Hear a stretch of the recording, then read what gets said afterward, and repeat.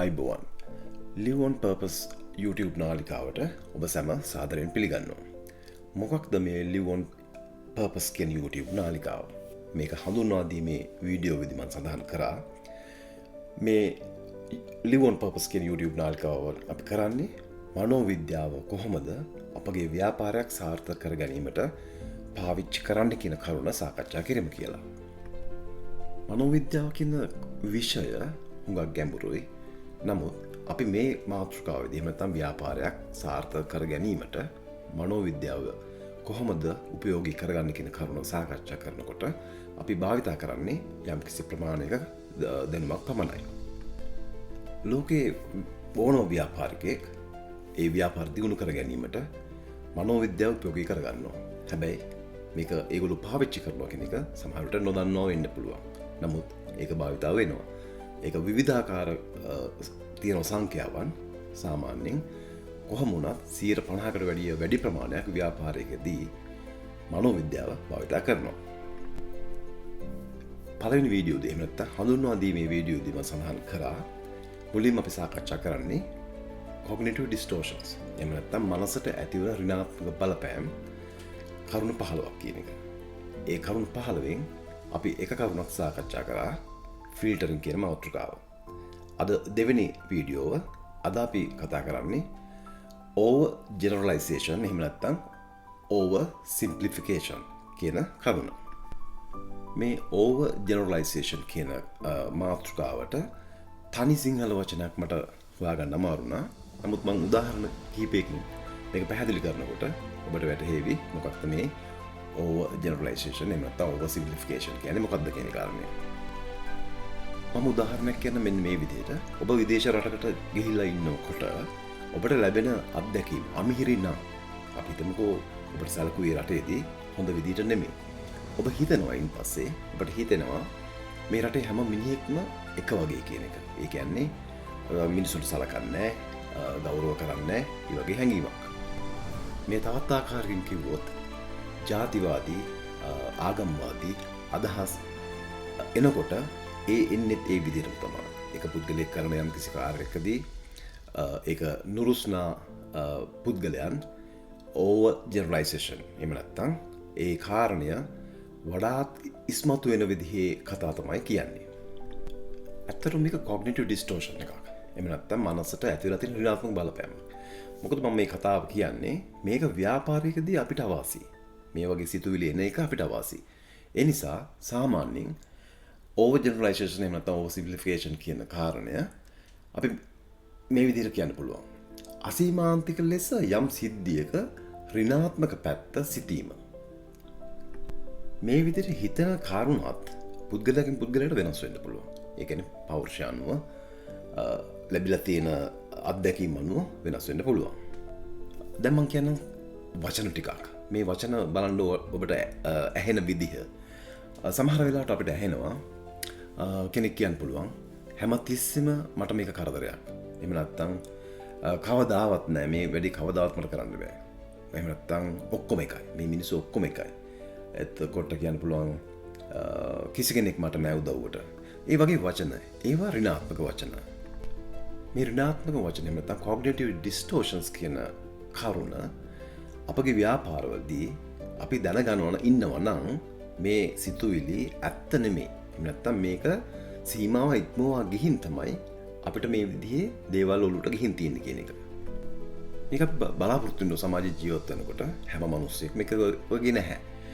විශේෂයෙන්ම අපි ව්‍යාපාරයක් කරගෙන යනකොට අපිට හුඟක් ඉවසන්න සිද්ධ වෙනවා. මොකද ඒක බිස්නස් එකට බලපානවා.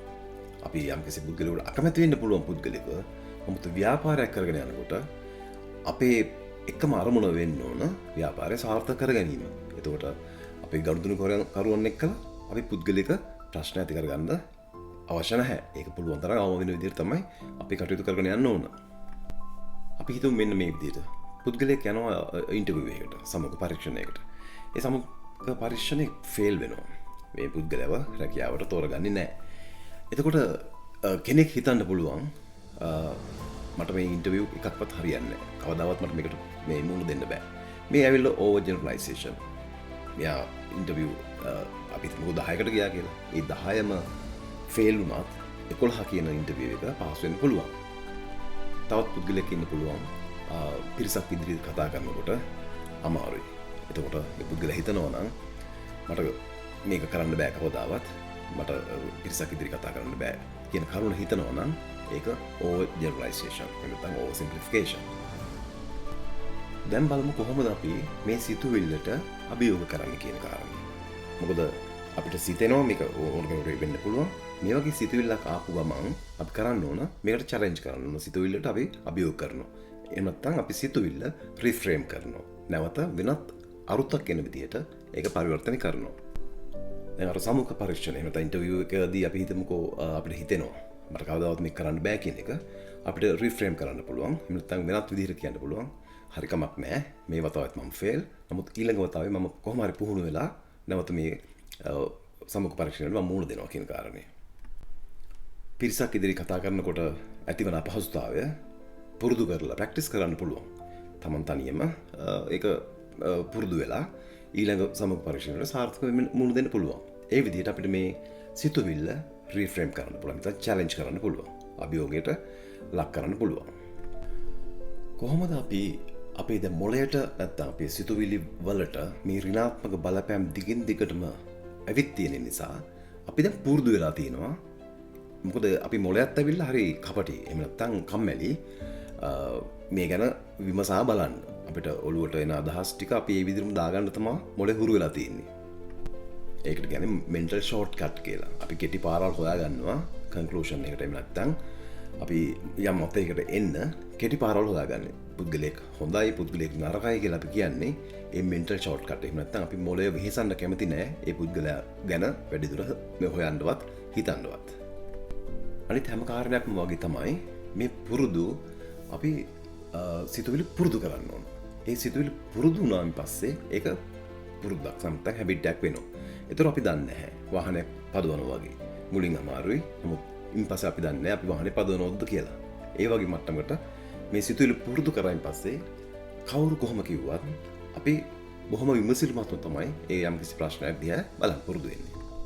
දැන් මේ ඕවර් ජෙනරලයිසේෂන් එහෙම නැත්නම් ඕවර් සිම්ප්ලිෆිකේෂන් කියන තත්ත්වය ආවෙන් පස්සේ සිතුවිලි ආවෙන් පස්සේ අපිට පුළුවන් මේක ඒ මාත්‍රායි සිතුවිලි ටික ගන්නවා මොකද්ද මේ කියන්නේ කියන එක. ඊයින් පස්සේ ඒක අපි පරීක්ෂා කරලා බලනවා සාධක. ඒකට ඇත්තටම සාධක තියෙනවද? මෙහෙම මේ කතාව කියන්නේ මේ මිනිස්සයා හොඳ හෝ මේ ජනමාර්ගයේ මෙච්චරම හොඳ නැද්ද? ඒක වගේ කාරණා අපි විමසලා බලනවා. ඊයින් පස්සේ මේක අපි ඕවර් ජෙනරලයිස් වෙලා තියෙන මේ තත්ත්වය අපි බැලන්ස් තත්ත්වයකට ගෙනවා. දැන් පැත්තකට අපි සිතුවිලි ටික ඇදිලා ගිහිල්ලා තියෙන එක මැද තැනකට අපි ගන්න පුරුදු කරනවා අපි සිතුවිලි. මේ කතාව මම කිව්වේ මේක සාමාන්‍ය ජීවිතේ. නමුත් ඔබ ව්‍යාපාරයක් කරනකොට විවිධාකාර ප්‍රශ්න වලට මුහුණ දෙන්න වෙනවා. කස්ටමර් කෙයා කියන එක ලේසි නෑ. පුරුදු වෙනකම්. පුරුදු වුණායින් පස්සේ මේක ප්‍රශ්නයක් නෑ. මොකද අපි ඒක පුද්ගලිකව ගත්තොත් තමයි මේක ප්‍රශ්නයක් වෙන්නේ. ඔබේ කස්ටමර් සේවා දායකයා එතකොට සේවා ලාභියා මේ බැලන්ස් එකක් තියෙන්න ඕන. එහෙම නැත්නම් ව්‍යාපාරයක් කෙරෙන්නේ නැහැ. මොකද සමහර පුද්ගලයන්ගේ මූණ බලලා අපිට තීරණය කරන්න අමාරුයි. ඒ පුද්ගලයාගේ මානසික මට්ටම. සමහරට යාගේ පුද්ගලික ප්‍රශ්නයක් නිසා ඒ පුද්ගලයා ඉන්නේ සමහරට කේන්තියෙන්. ඒක අපි දන්නේ නැහනේ. ඒ වෙලාවදී පුංචි දෙයක් වුණත් රණ්ඩු වෙන්න ඉඩ තියෙනවා. නමුත් අපිට විකුණන්න යමක් තියෙනවා නම් අපේ මූලික අරමුණ විය යුත්තේ ඒ යම්කිසි දෙයක් භාණ්ඩ හෝ සේවාව විකිණීම. මිසක් අපි ඒ පුද්ගලයාත් එක්ක ආරහුලකට ගියොත් ඒක බලපාන්නේ අපේ ව්‍යාපාරයට. අසීමාන්තික ලෙස යම් සිද්ධියක් ගැන ඍණාත්මක පැත්ත ගැන විතරක් ඕනවට වඩා හිතන එක ව්‍යාපාරයක් කරන ඕනම කෙනෙකුට අවාසියක්. ඒ නිසා අපි මේක පුරුදු කරගත්තොත් යම්කිසි කාරණයකදී මැද තැනකට අවිල්ලා අපි මේ කාරණේ දිහා බලන්න පුරුදු වුණොත් අපගේ ව්‍යාපාරයට මේක වාසියක් අත් කරගන්න පුළුවන්. ඒ නිසා තමයි cognitive distortions වල මේ දෙවෙනි කරුණ විදිහට මම කතා කරගත්තේ over simplification එහෙම නැත්නම් over generalization.